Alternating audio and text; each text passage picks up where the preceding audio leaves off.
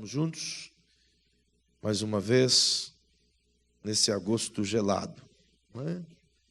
Legal, agosto gelado. Só não é tão legal porque os irmãos não vêm tudo para a igreja, mas é legal porque os pernilongos morrem tudinho. Né? Que bom estar. Tem que ter uma coisa boa, né, não? Enfim, mas o melhor é poder estar com vocês. Agradeço a Deus pela vossa bondade em orar por nós, por mim, pelo Lucas, que estivemos no sul. Foi uma bênção de Jesus, onde pudemos desfrutar do amor de Jesus e uma poderosa ação de Deus. Uma escola bíblica de obreiros e líderes, e de fato sugaram-nos até a alma, mas eu sei que os irmãos são compreensivos e é por boa razão. Abre comigo a sua Bíblia, por favor, no livro do profeta Isaías, no capítulo 53, e o versículo 1 até o versículo 5.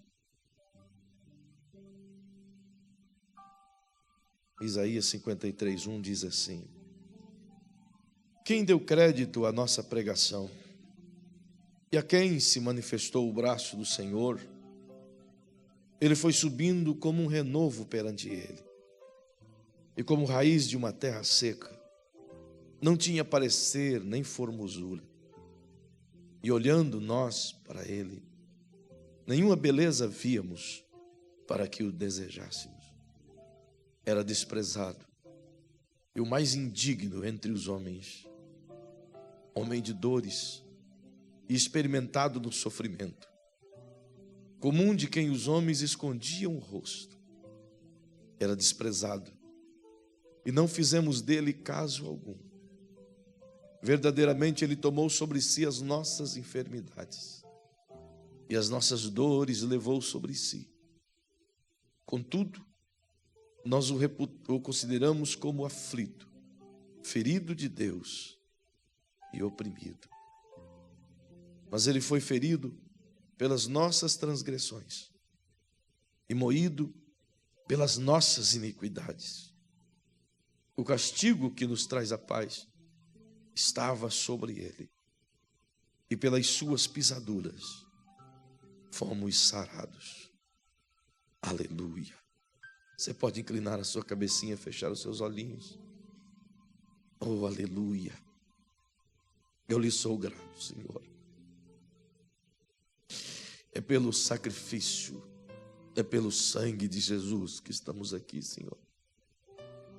É por aquilo que Ele não hesitou em fazer, mesmo conhecendo nós outros. É por aquilo, Senhor, que Ele desejou ir até o fim, mesmo sabendo quem somos e o quanto os decepcionaríamos. Mas eu te louvo pela Tua graça, Tua bondade, que agora nos confia outra vez a oportunidade de ouvir a Tua palavra e por meio dela enriquecer a nossa alma. Então, enquanto eu estiver a falar a Tua santa palavra, que o Teu Espírito venha nos ensinar, de modo que possamos sim com Ele aprender e agasalhar em nosso coração e nunca mais sair de dentro de nós o privilégio dessa liberdade. Assim eu lhe peço em nome de Jesus. Amém. Amém. Obrigado, queridos. Essa é a 19ª oportunidade que vos falo acerca do reino nesta série. E considero esta fala de hoje, queridos, uma das mais importantes de tudo aquilo que vos tenho ensinado. Todo o conteúdo do reino é extremamente importante. Mas a compreensão desta fala aqui, ela é extraordinariamente mais importante do que as que são importantes. Porque ela determina tanto o passado quanto o futuro. Ela determina a aplicabilidade de todas as outras coisas que já vimos, tanto quanto a aceitação e a aplicabilidade das outras coisas que virão. É como se esta mensagem, se esse tema, embora não seja ele o meio de toda a ministração, mas é como se ela pudesse fazer o pêndulo entre duas grandes partes. É tão importante que sem a compreensão do que Isaías está vendo e dizendo, tudo aquilo que ainda está por vir não tem sentido. E sem a compreensão do que está aqui, tudo aquilo que já vimos não consegue ser aplicado. Então, tudo aquilo que compreendemos até aqui é importante. Mas sem o entendimento disso aqui se torna inócuo, se torna simplesmente uma fala. E a compreensão do que Isaías está dizendo torna-se, portanto, a oportunidade de aquilo que ouvimos de agora em diante, agasalharmos e praticarmos. Portanto, quero deixar isso de breve aos seus corações, até para que consigamos, sim, diluir em nossa alma e digerir de maneira palatável. Perceba que a fala de Isaías reporta, evidentemente, a uma visão em que, no seu tempo, ele nem sonhava quando iria acontecer. Somos sabedores que Isaías escreveu essa profecia por volta do século 7 antes de Cristo. Portanto, 700 anos antes de Jesus nascer, ele já antevia o Criador e já estava, portanto, declarando de maneira detalhada como seria a vida de Jesus. E ele começa a fazer isso não apenas aqui no capítulo 53, mas desde o capítulo 6 do livro de Isaías, ele já começa a relatar acerca da vinda desse Messias. O capítulo 7 ele esboça de maneira tão linda. O capítulo 9 ele também esboça. O capítulo 11, o capítulo 14, o capítulo 32, e até chegar aqui no capítulo 41, 43, 44, 46, 50, 53, e assim vai sucessivamente. Portanto, todo o livro ele trata da pessoa bendita de Jesus, como que a promessa de Deus em ebulição e efetivamente declarada de maneira inteligível a qualquer pessoa, de que um dia o Cristo iria vir. Embora ele cita de maneira abundante os sofrimentos de Jesus, e que nós conhecemos ainda que com brevidade, todavia a profundidade de tudo aquilo está em cada palavra de Isaías. E é claro que eu gostaria de pensar convosco em cada um dos seus versos, em cada uma de suas citações, em cada uma dessas feridas que vieram ao corpo de Jesus. É claro que eu gostaria de vasculhar tudo isso aqui com os irmãos, descobrir isso detalhadamente. Mas eu não posso e nem há possibilidade de entendermos isso tão com rapidez. Mas é possível que a gente possa vislumbrar um pouco dessas dores a partir das dores da humanidade, a partir daquilo que o homem gerou em torno de si mesmo. E falo-vos esta noite desta fala profética de Isaías: o castigo que nos traz a paz estava sobre ele. E é preciso compreender essa expressão de Isaías, exatamente o sentido que ele quer dizer, e o porquê que ele citou tal coisa, e qual a profundidade disso aqui na vida de Jesus, e principalmente dentro de nossa própria vida. Não basta apenas dizer castigo, ou simplesmente um suplício, ou uma punição. Não é simplesmente isso que ele está dizendo. A grandeza disso aqui exige de nós uma atenção. É por isso que lhes dou o resumo de tudo isso, tentando vos mostrar a partir da visão de que ele tem, do momento em que a humanidade está cativa de si mesmo. E quando eu digo cativa de si mesmo, é cativa de suas próprias escolhas. Ninguém se tornou escravo por que alguém os escravizou. A humanidade tem suas dores intensas, seus sofrimentos, suas angústias, e eu poderia lhe mostrar aqui, mas você pode observar a partir do capítulo 3 do livro de Gênesis, desde o versículo 15 em diante, quando a sentença de Jesus é dada. Ele diz que aos seres humanos viriam, portanto, dores intensas. A terra produziria seus alimentos, mas com espinhos e abrolhos. As mulheres teriam suas dores aumentadas em razão de darem filhos. Os homens teriam que sofrer agora para poder tirar o alimento da terra. Do suor do seu rosto comerá, isto é, com sofrimento, que antes ele trabalhava, mas não com o sofrimento. A morte e a iniquidade passam a reinar, as trevas passam a vir, a ignorância passa a tomar conta, Satanás passa a ser senhor, as trevas se tornam, portanto, um império. E tudo isso você vê a partir do capítulo 3 do Gênesis. Só que nada dessas coisas veio ao homem como por uma imposição, seja de Deus ou seja do próprio Satanás. Nenhuma dessas crises, nenhuma dessas mortes, nenhuma dessas fomes, nenhuma dessas violências ou dessas coisas todas que o homem vive, as dores da humanidade vieram porque Satanás quis impor isso ao homem sem que ele pudesse resistir. Ao contrário, todas essas coisas vieram pela simples escolha humana. Portanto, o homem sofre, portanto, justamente pelo fato de tornar-se cativo de si mesmo, cativo de suas próprias escolhas, escravo de suas próprias escolhas. Afinal de contas, é uma ideia que se tem de que todo o sofrimento da humanidade é uma punição divina. É como se Deus estivesse castigando o ser humano. Essa é uma ideia que se tem. E nós todos temos isso dentro de nós, talvez desde criança, que Deus pune-nos pelos nossos pecados, pelas nossas escolhas, castiga-nos com dores, com sofrimento, com morte, com separação, com guerras, com fome, com tempestades e tantas coisas mais. Dá-nos a impressão de que isso é macro, que toda a humanidade sofre pela raiva divina. Não é essa a ideia?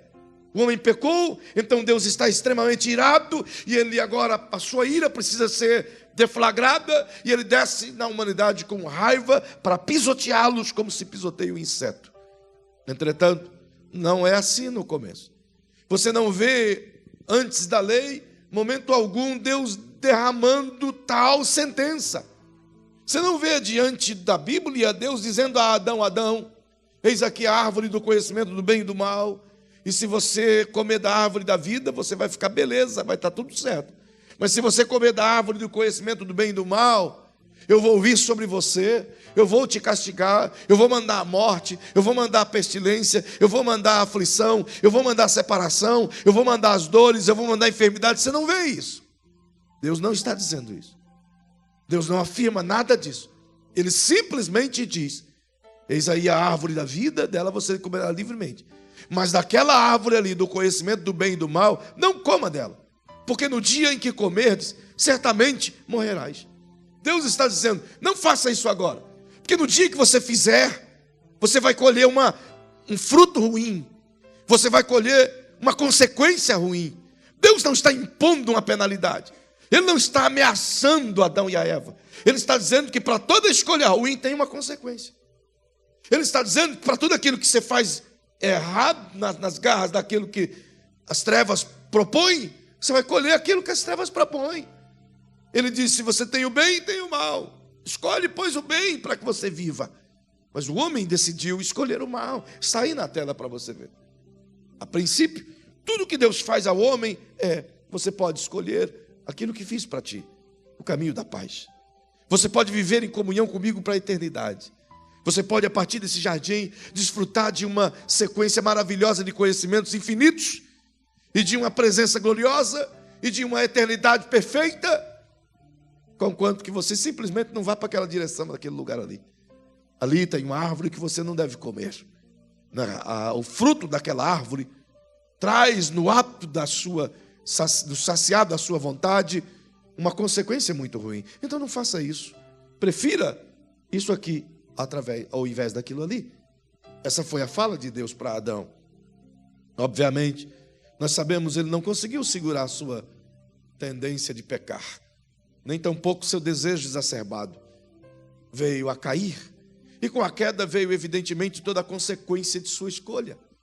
E Deus vem tratando de forma amorosa, o tempo todo tentando trazer para perto de si seus filhos, e nós já vimos isso, até chegar nos dias de Israel, quando eles deliberadamente decidem mais uma vez rejeitar a graça poderosa de Jesus, que os ajudava a caminhar em meio às dores.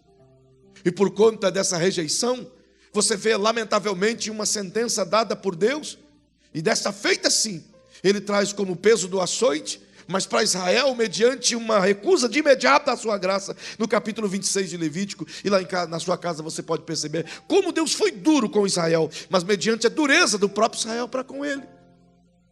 Lá ele diz: eu vou fazer de tudo para vocês, eu vou lhes dar todas as coisas que vocês precisam, vou lhes fazer tantas benesses que vocês não terminarão de comer uma colheita quando a outra já estiver colhendo, e vocês vão ter que jogar fora aquilo que vocês estavam comendo, de tanta coisa boa que vocês vão ter. É o que Deus diz. Mas se vocês me rejeitarem e me trocarem pelos outros deuses, mesmo depois de eu fazer tudo isso por vocês, não me resta outra coisa, disse Deus, senão fechar os céus se não permitir que os animais comam suas colheitas e até tomem os seus filhos, se não permitir que os inimigos venham sobre os seus termos. E quando Deus está dizendo isso, Ele não está dizendo: eu vou fazer com que a minha ira caia sobre vocês, mas é como se Ele estivesse usando uma figura de linguagem, dizendo: eu simplesmente vou retirar a minha bênção. Simples assim. O simples fato de Deus se ausentar de determinado lugar, as trevas se apossam. O simples fato de Deus se ausentar de determinado lar, o diabo entra. O simples fato de Deus sair de dentro de um relacionamento é o suficiente para as trevas reinarem. Onde Ele está, a possibilidade de paz, de harmonia, de bênção. Mas se Ele é rejeitado, imediatamente tudo aquilo que faz parte da rejeição divina e que é o contraponto da vida na terra, a saber, as trevas, também reinam. E o que a gente tem é um mundo que rejeitou o tempo todo a Deus. E por conta dessa rejeição, sofre as consequências disso tudo. Temos um mundo caótico, justamente porque escolheu o caos. É como se você e eu pudéssemos andar em uma estrada. Interessante. Quando você viaja para a Europa, você vê muito isso. Embora em uma similaridade um tanto que distante da nossa. Existe o que eles chamam de freeway em partes da Europa. Essas freeways são geralmente 3 pistas largas de cada lado, sabe? Onde sem limites de velocidade, você pode andar com a velocidade que você quiser. Não há problema. É uma delícia. Pensa.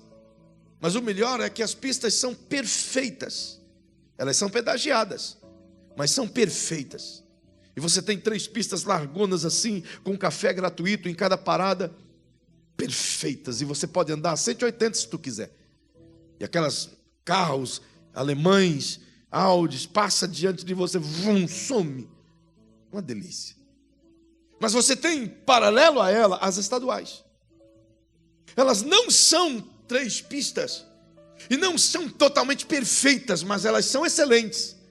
Fazem com que as nossas freeways aqui no Brasil, pedagiadas, sejam um pouco pior do que as estaduais lá. É bem assim. Só que mesmo assim, as pessoas preferem andar na pedagiada. Paga. Por quê? Porque a estadual tem limite de velocidade. Não tem cafezinho. Tem algumas ranhuras. As curvas são mais fechadas. Enfim, tem algumas coisas que não te dão tanto conforto quanto a freeway. E todos podem andar na freeway. Diferente aqui do Brasil, é claro. Você não tem muita escolha. Você escolhe a pedagiada e mesmo assim você anda apertado. Você anda com buracos e coisas assim. Mas aqui a gente pode comparar.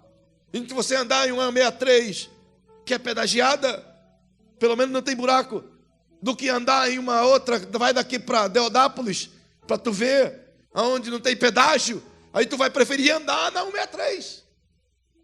Porque pelo menos não tem buraco. E você sabe que o caminho é melhor. Você sabe que não vai correr risco. E é exatamente isso que Deus está dizendo. Você tem 2 caminhos, 2 estradas. Uma é livre, é gratuita, é freeway. Eu já paguei o preço por ela.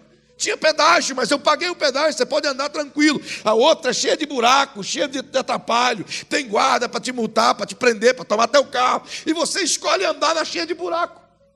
É isso que ele está dizendo. Nós temos escolhas. Todos têm uma escolha. Não existe um ser humano que não está submetido a uma escolha. Ser feliz em Deus é uma escolha. Viver na ignorância das trevas é uma escolha, irmão.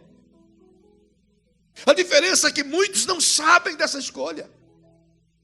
Quando as pessoas não sabem dessa escolha, entra o papel da igreja e daqueles que seguem o Cristo de lhes mostrar o caminho correto. Então, uma vez sabedores do caminho correto, pode escolher: eu quero andar por esse. É por isso que é Deus quem diz: eu coloco diante de vocês o caminho da bênção e o caminho da maldição. O oposto de bênção é maldição. O oposto de luz é trevas. O oposto de paz é guerra. Então, se o império das trevas propõe as dores, o reino dos céus propõe a bênção. E é isso que ele estava dizendo. O mundo tem essas crises todas, essas dores todas. E nós somos submetidos a ela mediante o fato de viver no mundo, é claro. Então, que lucro tem seguir a Jesus? Perceba, é que a gente confunde as dores do mundo, as consequências das nossas escolhas, com o castigo. E por que confundimos as consequências das nossas escolhas com o castigo? A gente acha que vir para Jesus tem que de imediato cessar a dor e o sofrimento. Entende? Por quê? Porque se o sofrimento e a dor é fruto do pecado, logo Jesus morreu pelo pecado, nós aceitamos Jesus, então não poderíamos nem sequer morrer mais. É na verdade. Não poderíamos sequer ter uma dor de cabeça. Não poderíamos ter problemas financeiros. Concorda comigo? Espera aí, se todas as dores do mundo são frutos da desobediência adâmica, e uma punição e um castigo divino porque ele desobedeceu e isso chegou até nós, então vem Jesus e paga o nosso preço, pois a Bíblia diz que ele pagou aqui. Ele foi ferido pelas nossas transgressões, ele pagou, portanto, elas. Então, como, pois, podemos ainda sofrer? Não é verdade? Não corrigiu, portanto, a imperfeição? Pergunte aí para quem está pertinho de você. Se comunique com essa pessoa. Você não está gravando, parece que eu estou falando sozinho. Pergunte aí para quem está ao seu lado. Você não acha que deveria ficar isento de dor? Fala a verdade aí. Seria legal, não é mesmo? Pô, agora eu tenho 950 anos, seria legal. Aceitei Jesus há 900 anos atrás, olha como eu estou. Não seria legal? Porque afinal de contas, a morte já não tinha mais efeito sobre mim. Pois ele morreu para vencer a morte. Não é verdade? Então não parece um contrassenso? Se o castigo nosso é pela punição dos nossos pecados, e ele morreu e pagou eles, e por que a gente está carregando o fardo ainda? Não, Walter? É estranho esse negócio. Por que o nosso corpo envelhece? Por que o nosso cabelo cai? Meu não, o do Elinho. Por que o corpo não é mais o mesmo, Edson? Por que nossos órgãos já não têm mais a mesma vitalidade? Não deveríamos clamar o sangue de Jesus e rejuvenescer? Se o envelhecimento, se a morte é fruto decorrente do pecado? Você concorda com a minha teoria? Então eu preciso compreender, segundo Isaías, que o castigo que ele está falando aqui não se trata da consequência de uma escolha. O castigo pior não é o fruto da consequente escolha. O castigo que ele diz não é o fruto do pecado de Adão, os abrolhos, os espinhos, as dores, o suor da terra. Ele faz uma diferença entre castigo e consequência. Ele ensina que o pecado propõe um castigo porque ele nos separa de Deus. E o castigo traz implicações muito sérias, pelo menos vou destacar 2 ou 3. O castigo que ele fala é um muro construído. Então diga para quem está pertinho de você, o castigo que Isaías libera é um muro de separação. Se você estudar a história da China, por exemplo, você vai se deparar com um negócio fantástico que é chamado de Grandes Muralhas da China. Aquilo é extraordinário. Uma obra linda e faraônica que defendeu a China por muito tempo. E é incrível que eles sobem montanhas fazendo, né? Acho aquilo demais, irmão. Só não resiste a canhões, mas o resto tudo resistiu. Separa a China da Mongólia e por fim separava a China oriental da outra parte da China, que eu esqueci o nome. Até que cai tudo aquilo e se torna de novo uma nação. Muro tão grande, tão forte, que faz com que grupos estejam separados. Se você for na Coreia, e você vai pegar a Coreia do Norte e Coreia do Sul, tem uma grande cerca edificada na fronteira entre as duas nações. E essa cerca foi agora quebrada por aquele acordo de paz, onde tem permitido que as famílias se entrelaçem outra vez, famílias que eram separadas pelo sistema. E eu uso esses exemplos simplesmente para dizer que o momento em que o Adão decidiu deliberadamente, ninguém o induziu, ninguém o obrigou, ninguém o coagiu, ninguém colocou uma arma na sua cabeça, ninguém lhe deu coisa alguma que ele ficasse tantã e pudesse dizer, fui enganado. Deliberadamente, isso que é terrível. Deliberadamente ele decidiu escolher o caminho errado. E a medida que ele escolhe é a mesma medida que nasce um muro de separação entre o ser humano e Deus. Uma barreira de inimizade foi gerada. A gente olha para Romanos no capítulo 5, versículo 10, se não me falha a memória, e Paulo diz que nós éramos, pelo pecado, tínhamos inimizade com Deus. Éramos seus inimigos. Isso é terrível. E por que essa inimizade veio? Por conta de que rejeitaram Deus e rejeitamos Ele. Sai na tela para você ver. Essa barreira de inimizade traz sérias consequências. Dá uma olhadinha para quem está ao seu lado, mexe com quem está pertinho de você e diga para ele, imagine o que consequência traz uma inimizade. Agora vem cá, irmão. Ser inimigo do vizinho já não é coisa boa. Ser inimigo de uma família é pior ainda. Ser inimigo de alguém com poder bélico, pior ainda. Ser inimigo de outra nação, sem tamanho. Agora, ser inimigo de Deus, aí é para acabar. Podemos até ser inimigos de qualquer pessoa, Alexandre, mas se tornar inimigo de Deus,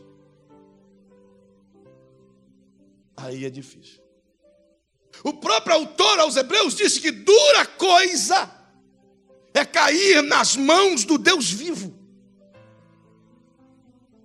Porque podemos até cair nas mãos do diabo.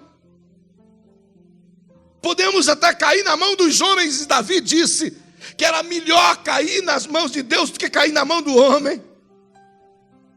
Porque Deus, ainda que ele seja duro, mas ele tem misericórdia. Mas quando ele está tratando de pai para filho. Mas quando Deus trata com inimizades é diferente. A balança do divino é mais justa. O prumo do eterno não tem diferenças. Como diz Ezequiel, a marreta de Deus, o martelo de Deus, esmiuça a penha. Então perceba, que se tornar inimigo de Deus, é melhor morrer. E afinal de contas, o que o homem escolheu se não foi a morte? A inimizade construída por Adão e Eva, vieram geração após geração, naturalmente. Por conta desse distanciamento do divino, nós já concluímos duas coisas.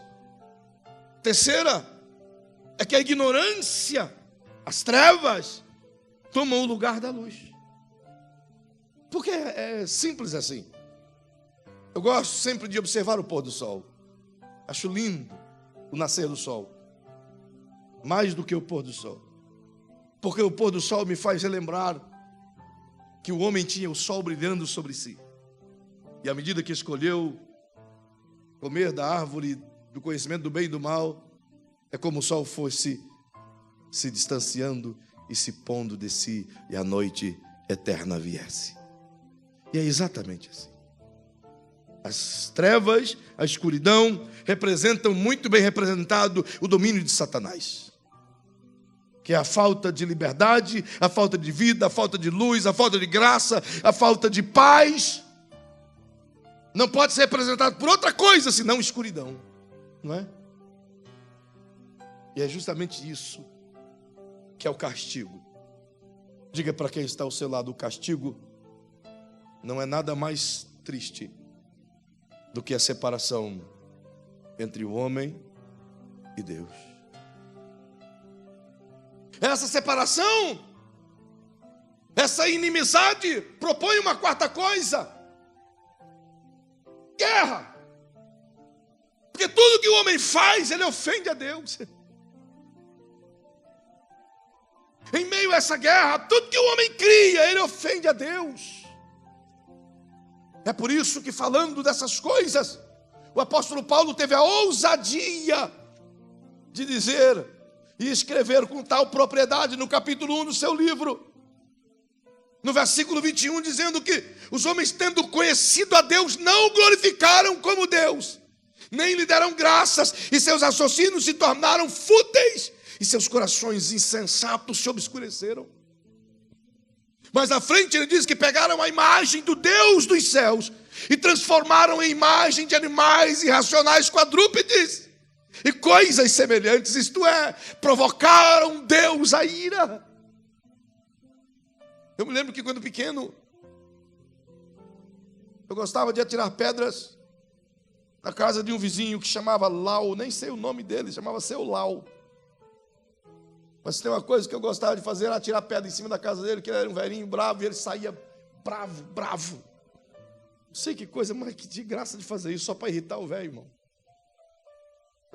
O velho saía de dentro de casa, sabe, bufando e tal. Ele tinha uma eu chamava rabo de cutia, não sei como é que chama hoje. É uma espingarda assim, sabe, compridona. E aquele trem nem atirava nem nada, irmão. Tem lá de 1900 e bolinha. E ele saía: eu vou pegar. E não pegava ninguém, obviamente, não conseguia nem ver. E tudo que a gente fazia era tirar pedra e saía correndo. Pá. Quebrava a teia do velhinho, tadinho. E saíamos correndo. Para que fazer um negócio desse, não é? Moleque, é por isso que alguém diz que mulher, até o diabo foge de moleque. Porque moleque dá nó no rabo dele. Ele pensou que não, o moleque deu um nó. E é assim que a gente age em termos como seres humanos. Nós afrontamos Deus, nós levamos Ele à ira, nós provocamos Ele, e a guerra está feita. E quem é o homem para guerrear com o divino, irmão? Como pode o homem pensar em ter inimizade com o seu Criador? Se com um estalar de dedos ele destrói o que ele quiser, ele não faz isso porque ele ama a humanidade como um todo, embora sofre por causa dela. Perceba que Isaías me declara de maneira tão intensa de que éramos, portanto, inimigos do divino, separados dele em potencial, condenados à morte para sempre. Aí vem Jesus, o que ele faz? Ele pega o nosso castigo e repõe sobre si. E sobe o Calvário levando toda essa carga de inimizade, de contenda, de guerra para com o divino. É por isso que Isaías diz que o castigo que nos traz a paz estava sobre ele. Significa, portanto, que aquilo que nos separava de Deus está agora outra vez alinhado por Cristo e refeito o caminho de reconciliação. Então essa parte está resolvida. Mas e as dores? E as dificuldades? Então há duas esferas enormes aqui para a gente pensar. A primeira dela é o elemento da fé que ele nos dá por meio do sacrifício do Cristo, de alcançar tudo aquilo que o benefício da cruz nos traz. E a segunda delas, que é a que nós todos ignoramos, é que as nossas dores são fruto de nossas escolhas, são consequências de nossos erros. E a maioria de nós ignoramos essa parte. Achamos que Cristo é responsável, inclusive, pelo nosso sucesso financeiro, pela nossa saúde. Comemos igual um cavalo velho. Nos enchemos de, como a Bíblia diz, de gordura. Em outras partes a Bíblia diz de unção. Nos empanturramos da unção. Então os nossos sangues ficam todos manchados. E o coração começa a ter que trabalhar muito. E a gente começa a culpar as coisas dessa vida, o pecado e Deus, enquanto que a gente não aguenta ver aquele bife acebolado com aquela gordurona bonita assim. E a gente diz, o médico mandou eu só comer carne branca. E eu vou comer essa parte aqui agora. E é bom para Dedéu, irmão. O trem bom da gota serena. É bom. Se tem um trem bom, não ficou com água na boca, Xandinho? Que dúvida, irmão. Deus está falando, não está? Dando a dica. Vai que é tua. Mas tira. Então nós tomamos nossas decisões. Compramos o que não podemos comprar. Então passamos apertados, sofremos e começamos a dizer, meu Deus, tu não me ajudas. Aí precisa de um Ciro Gomes para tirar todo mundo do negócio do SPC. Essa fiada, irmão, meu Deus do céu, eu nunca vi um negócio desse. Eu já vi um irmãozinho essa semana, já fez uma conta, semana passada, e expôs ainda, acabei de comprar. Mas você não pode pagar. Mas quando o Ciro ganhar, ele vai tirar todo mundo do SPC mesmo, aí vai dar jeito para me pagar parcelado do jeito que eu puder. Mas irmão, já está pensando, já está fazendo erro agora, sem que saber se o cara vai chegar ou não. Como é que pode, irmão? Ele já ganhou o voto de uma família inteira. O irmão já comprou eletrodoméstico para a família toda, Edson. Como é que pode, irmão? E justamente dos nossos cegos, tudinho. Tem nosso cego todo pensando aí, Ciro, aleluia, Ciro. Fala sério, irmão.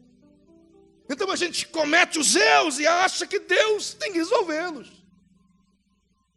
Uma coisa é o castigo pago, irmão, outra coisa é a minha atitude errada. É a consequência das minhas escolhas. Sabe? Tudo parte de nós. Precisamos ter ciência de que o castigo que nos traz a paz estava sobre Jesus. Então, portanto, agora fomos reconciliados para com Deus. E reconciliados para com Deus, devemos viver como tal. Eu gostaria de ir muito longe, mas eu preciso parar. Eu só vou ler esse texto para você. Olha o que o apóstolo Paulo escreve aos Colossenses no capítulo 3. Leva isso para sua casa, no seu coraçãozinho abençoador. De forma tão poderosa, ele ressalta. Coloca aí na tela, filho. Capítulo 3, versículo 1. E vamos lendo. Ele disse, verso 1. Aos Colossenses 3:1, ele manda a gente olhar para cima. Se, pois, fostes ressuscitados juntamente com Cristo, buscai as coisas que são de cima, onde Cristo está sentado à destra de Deus. Ele está dizendo, gente, antes a gente vivia acorrentado pelas nossas próprias escolhas, e ainda tinha o castigo que nos traz a paz, não estava em nós, mas nós não havíamos acolhido esse perdão no Cristo. Mas agora que vocês foram acolhidos, esse perdão no Cristo, então a sua ligação com Deus foi refeita. Então passe a pensar nas coisas que são de cima e não nas coisas que são da terra. Aí ele diz no verso 2, vamos lá, filho, com força. Pensai nas coisas que são de cima e não nas que são da terra. Porque morrestes, e a vossa vida está escondida com Cristo em Deus. A segurança nossa não está nas coisas que temos aqui nesse mundo, e nem tampouco nas riquezas ou nos benefícios que podemos obter aqui. Não adianta nada termos os benefícios, temos a segurança do INSS e de coisa toda, mas se não estivermos escondidos nele. Vocês já ouviram dizer que a gente passa a vida inteira trabalhando, para tentando juntar dinheiro, e quando chegamos a uma certa idade, gastamos tudo aquilo que juntamos para poder manter a vida. Perdemos ela todinha trabalhando para juntar, daqui a pouco gastamos tudo aquilo que juntamos para tentar viver mais um pouco. Não é melhor buscar o equilíbrio e viver bem? Que ninguém vai viver para semente, irmão. A morte vem para todos. E Paulo ainda continua e diz assim, quando Cristo, que é a nossa vida, se manifestar, então também vós manifestareis com ele em glória. Verso 5, exterminai, pois, as vossas inclinações carnais, a prostituição, a impureza, a paixão, a vil concupiscência, e a avareza, que é a idolatria. Verso 6. Pelas quais coisas vem a ira de Deus sobre os filhos da desobediência. Verso 7. Nas quais também em outro tempo andastes, quando vivíeis nelas. Verso 8. Mas agora, despojai-vos também de tudo isto: da ira, da cólera, da malícia, da maledicência, das palavras torpes da vossa boca. Não mintais uns aos outros, pois quem já vos despistes do homem velho com os seus feitos, isto é, não volta a fazer aquilo que antes fazia. Não cometa os mesmos erros que antes cometia. Por quê? Porque agora você se ligou com Deus. Ele continua e diz: e vos vestistes do novo, que se renova para o pleno conhecimento segundo a imagem daquele que o criou, onde não há grego nem judeu, circuncisão ou incircuncisão, bárbaro ou cita, escravo ou livre, mas Cristo é tudo em todos. Revestis, pois, como eleitos de Deus, santos amados, de um coração compassivo e cheio de benignidade e humildade, mansidão e longanimidade, suportando-vos, perdoando-vos uns aos outros. Se alguém tiver queixa contra o outro, assim como o Senhor vos perdoou, perdoai vós também uns aos outros. E sobretudo, revesti-vos do amor, que é o vínculo da perfeição. E a paz de Cristo, para a qual também fostes chamados em um corpo, domine em vossos corações e sede agradecidos. Oh, irmãos, e a palavra de Cristo habite em vós ricamente, em toda sabedoria, ensinando-vos e admoestai-vos uns aos outros com salmos, hinos, cânticos espirituais, louvando a Deus com gratidão em vossos corações. Perceba o que ele continua a dizer. E tudo quando fizerdes por palavras ou por obras, diga isso comigo para quem está pertinho de você, e tudo que fordes fazer, seja por palavras ou seja por obras, fazei-o em o nome do Senhor Jesus, dando por ele graças a Deus e Pai. Se nós entendêssemos o que Paulo disse aqui, nós não xingávamos ninguém, nós não dávamos nó em ninguém, nós não mentíamos para ninguém, nós não defraudávamos ninguém, não cobiçávamos ninguém, não invejaríamos ninguém, porque ninguém inveja em nome de Jesus, irmão. Ninguém amaldiçoa em nome de Jesus. Ninguém mente, eu estou mentindo em nome de Jesus.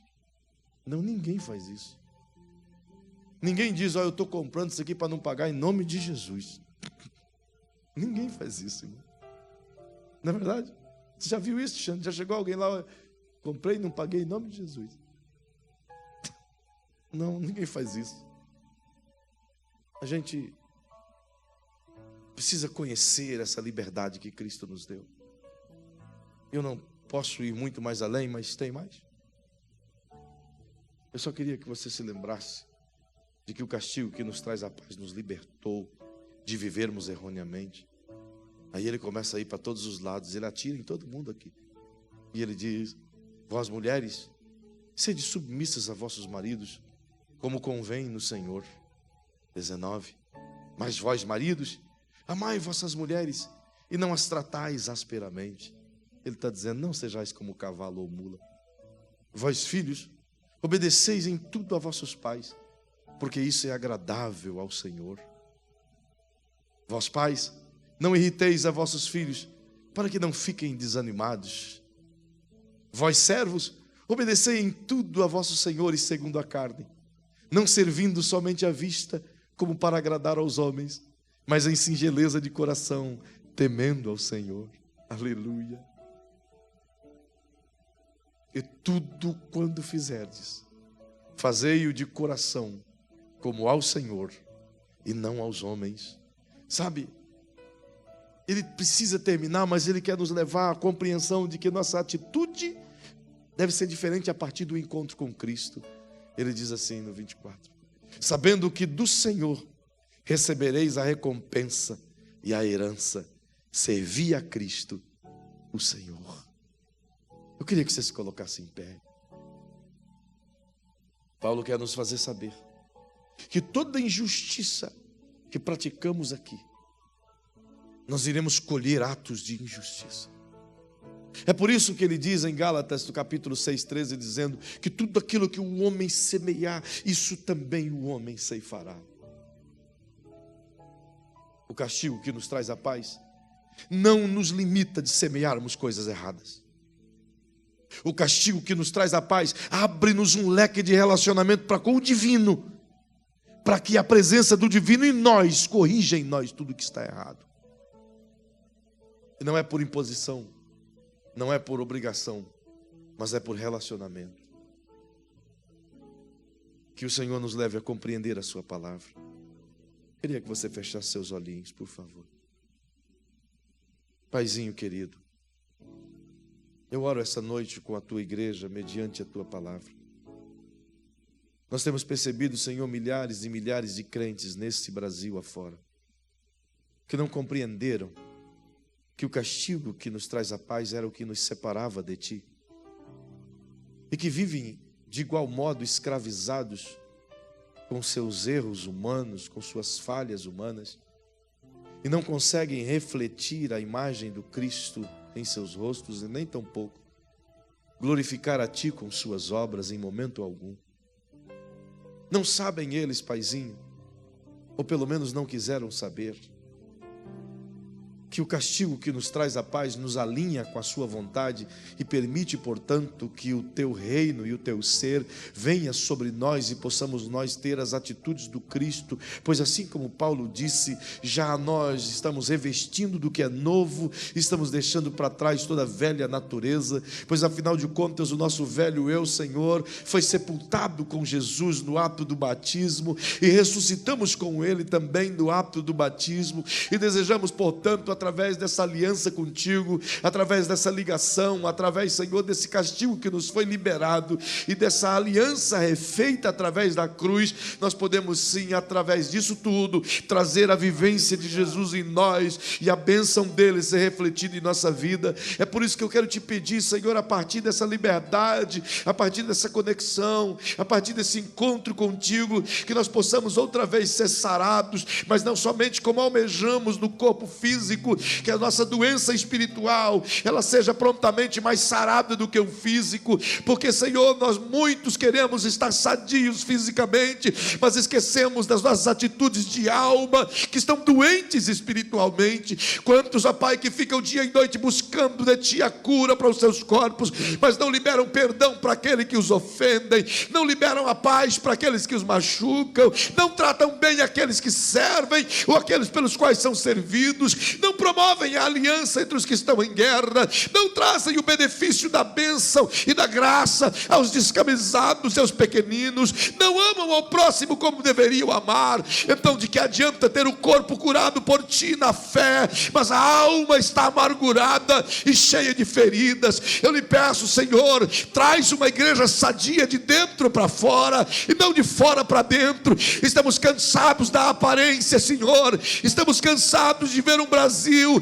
glorificando uma igreja de aparência, mas que por dentro está cheia de conflitos e de ideias erradas quanto à Tua palavra. Nos torna um povo sadio, de modo que aqueles que estão aqui reflitam a Tua glória em todos os lugares. Pois eu lhe peço, Senhor, esta é a Tua noiva, e que esta noiva que hoje se apresenta diante do Teu altar seja os luzeiros nessa terra escura, nessa terra de trevas, nesse caminho do mal. E da mesma sorte, o Senhor cure as nossas dores, cure as nossas mazelas, cure as nossas enfermidades, pois elas já foram levadas por Cristo na cruz, e nós queremos ter a fé também, Senhor, de ter o nosso corpo curado, tanto quanto ter a nossa alma transformada, ter a fé para ter uma dor curada, a mesma fé para liberar perdão para aquele que nos ofende, a fé, Senhor, para aceitar as dificuldades e glorificar em meio a elas,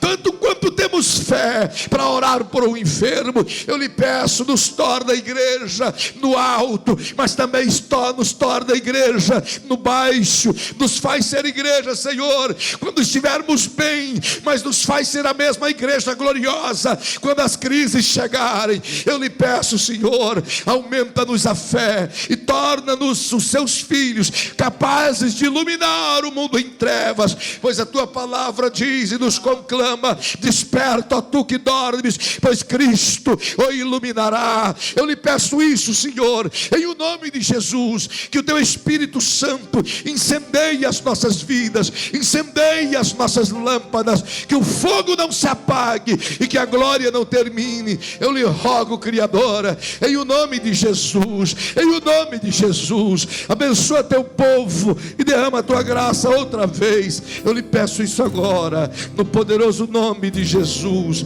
que esse castigo que estava em Jesus nos traga a paz perfeita, a paz de alma, a paz de espírito, e que os céus possam receber o nosso louvor em gratidão ao teu nome. Assim eu oro com a tua igreja, em nome de Jesus, hoje e sempre. Amém, amém, amém. Louve ao Senhor. Enquanto ele louva ao Senhor com essa canção, você dê um abraço no teu irmão e diga: você está livre para viver em santidade.